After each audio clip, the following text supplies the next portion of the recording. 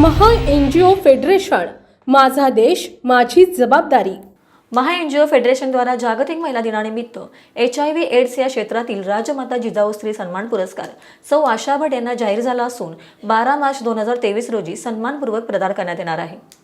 सौ आशा भट गेली 15 वर्ष HIV एड्स क्षेत्रात कार्यरत आहेत. प्रतिबंध, काळजी आणि देखभाल यावर मुख्यतः काम भर आहे.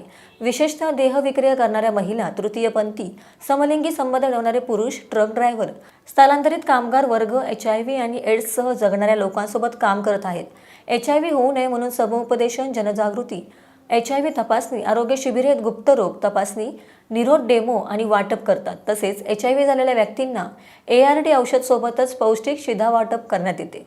HIV सह जगणाऱ्या मुलांसाठी आहार, मानसिक, शारीरिक, बौद्धिक आणि सामाजिक विकासासाठी प्रयत्नशील आहेत.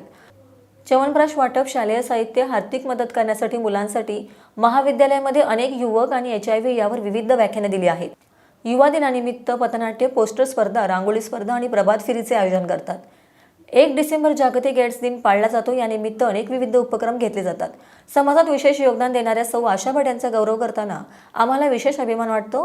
HIV एड्समध्ये जनजागृती करून जागतिक संकट दूर करण्यासाठी विशेष भूमिका त्या बजावत आहेत, असे मत शेखर मुंदडा यांनी व्यक्त केले.